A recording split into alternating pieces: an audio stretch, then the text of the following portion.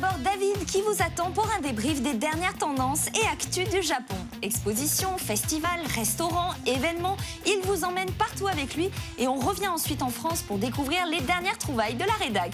C'est parti pour les news.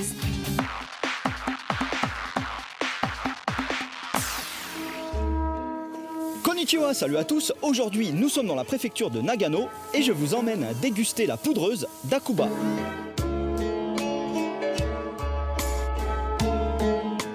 D'abord, désolé, aujourd'hui je n'ai pas mon selfie stick, donc cette chronique sera entièrement réalisée à l'artisanal à la main.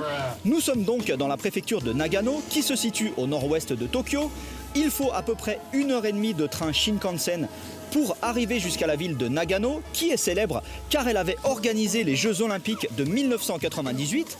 Et en fait, une grande partie des épreuves se déroulait ici, dans la vallée d'Akuba. Hakuba Valley en anglais, c'est un ensemble de 9 stations de ski, ce qui en fait le plus grand domaine skiable du Japon. Moi je n'étais jamais venu ici, donc j'ai choisi un peu au hasard cet ensemble de 2 petites stations, Akuba Goryu et Akuba 47. Je suis arrivé hier et il neigeait, mais bon c'est pas grave, la neige était bien fraîche. J'ai pu me régaler dans la poudreuse et j'ai même croisé un kamoshika, une antilope japonaise dans la forêt.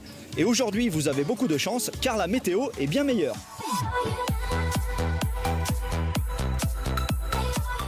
Me voici à l'un des plus beaux panoramas du coin. Bon, désolé, il y a pas mal de vent.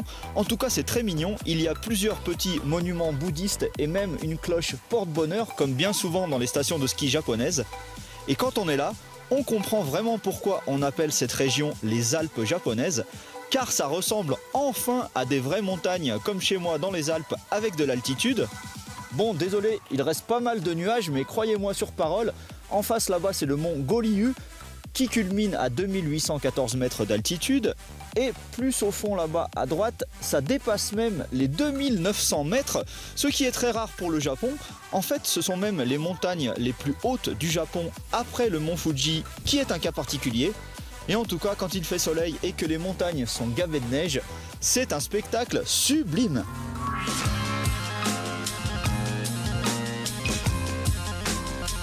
Bon, il fait de plus en plus beau, alors j'ai pas résisté à me faire 2 marches en hors-piste parce que c'est vrai que Hakuba, c'est quand même un des paradis de la poudreuse les plus réputés du Japon. Énormément de vidéos de ski et de snowboard professionnels se tournent dans le coin et c'est vrai qu'il y a un nombre de possibilités incroyables. Mais bon, aujourd'hui, j'ai pas tout mon équipement de sécurité, donc je vais me gaver, mais en restant prudent.